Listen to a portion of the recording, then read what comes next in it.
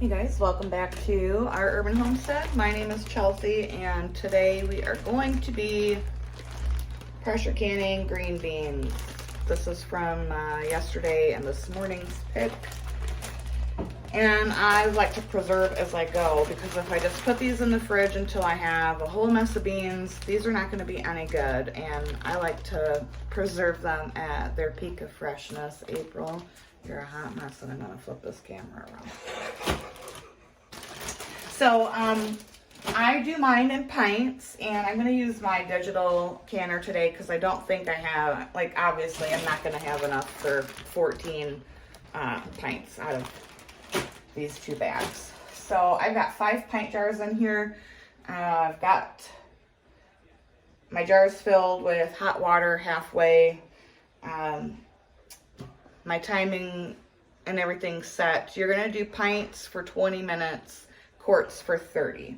So I'm gonna let these go ahead and warm up.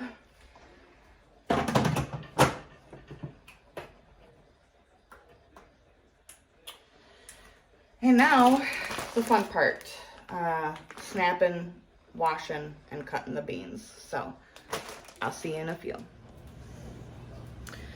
All right, our daughter helped me snap the beans, got them washed, soaked, cut in half.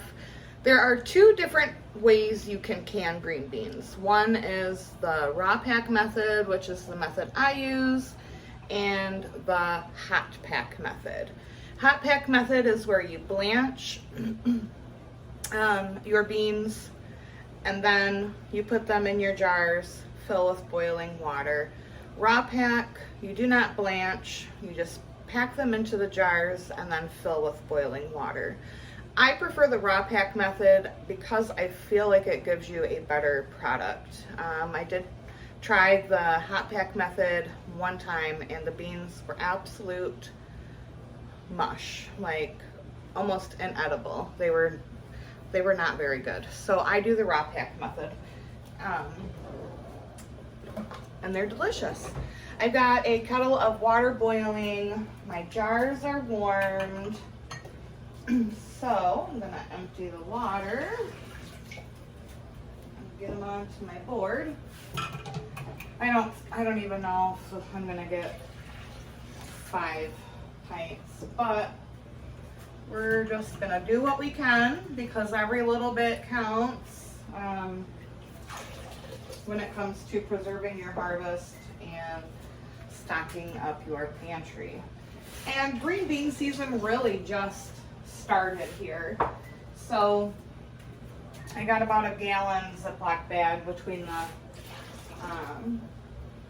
yesterday and today, which is not bad. And they'll just keep on coming. The more you pick them, the more they produce, really. So, all right, let's lower you down. All right, so I've got my green beans here. I just cut mine in half. I don't make them uniform cuts or anything. So when you pack your beans in, you really want to pack them babies in there because they're going to shrink a little bit. And you don't want to have like a jar half full of beans and the other half of water. If you have a pickle packer, I don't have one anymore. That would be a great tool to use to really pack those beans down in there. And you're gonna go to 1-inch headspace. It's kind of like when you think you have enough packed in, pack even more because like I said, they are, hey, shh. Sorry about the dogs, guys. They will shrink. So you want them nice and packed in there. I don't know, I might get the 5 pints. That's exciting.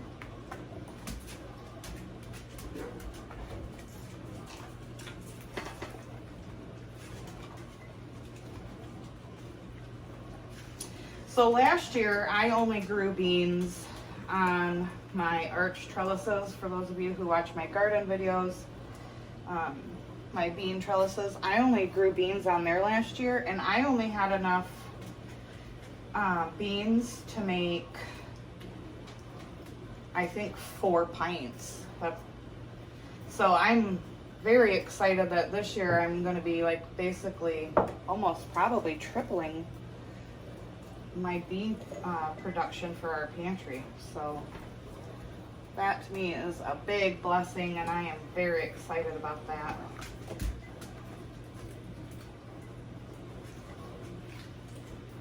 And I wouldn't let anyone touch the beans because I wanted to have them for Thanksgiving for my green bean casserole. I was like, no one's eating the beans. I grew them and we're having them on Thanksgiving. But this year we'll be able to have green beans anytime we want. You can also freeze your green beans. You just want to blanch them. And then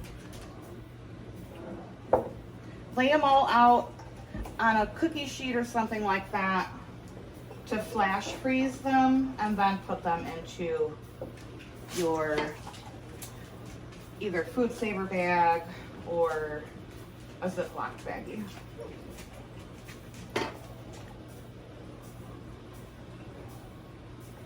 It's important if you're freezing your green beans to blanch them first. Otherwise, when you go to thaw them and cook them, the consistency of them is just not good.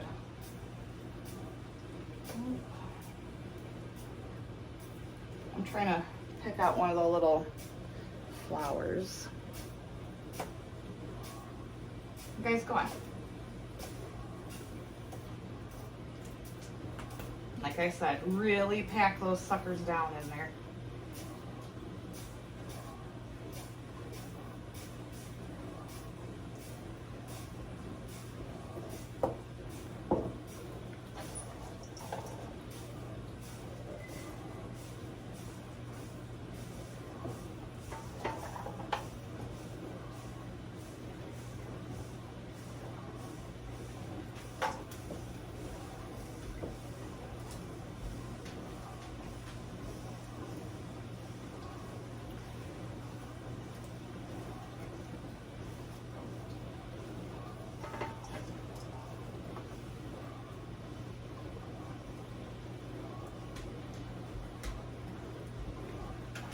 All right.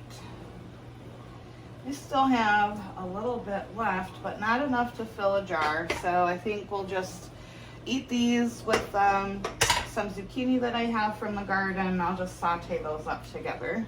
I'll probably pack a couple more. All right. Gotta go get my lids. We're gonna wipe the rims with vinegar. Oh, I have to show you how to put the water in first and then the salt. So I'm waiting for my kettle to boil, and I'll be back when that happens. All right, so we're gonna put a 1/4 teaspoon of salt into each jar. I'm using kosher salt.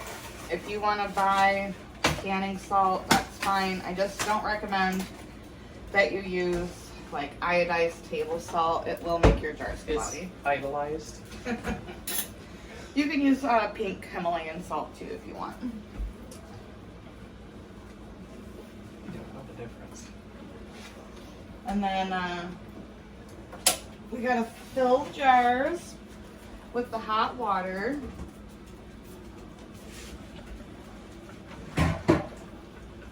To 1 inch.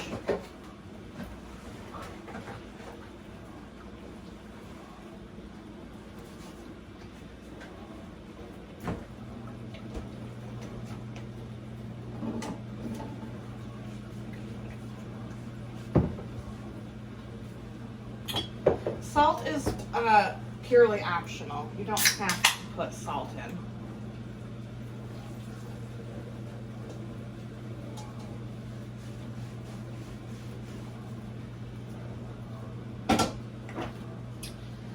And then we're gonna debubble these. And it's okay if some of your beans are sticking up out of the water because like I said, these are going to cook down.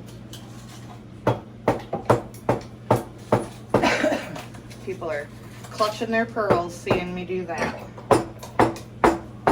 This works for debubbling as well.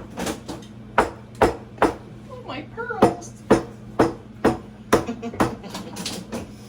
All right, so you're gonna make sure that you wipe your rims with vinegar or a hot rag, fingertip tight on the lid, the rings.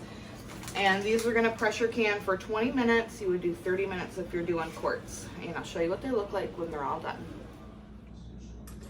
And there we have it, 5 pints of beautiful homegrown beans. So I hope if there's any new canners out there that had questions about how to preserve what they grow, I hope this answered a few questions for you. As always, thank you so much for watching. Be sure to like, comment, subscribe, and until next time, guys, abundance and blessings to you. Bye-bye.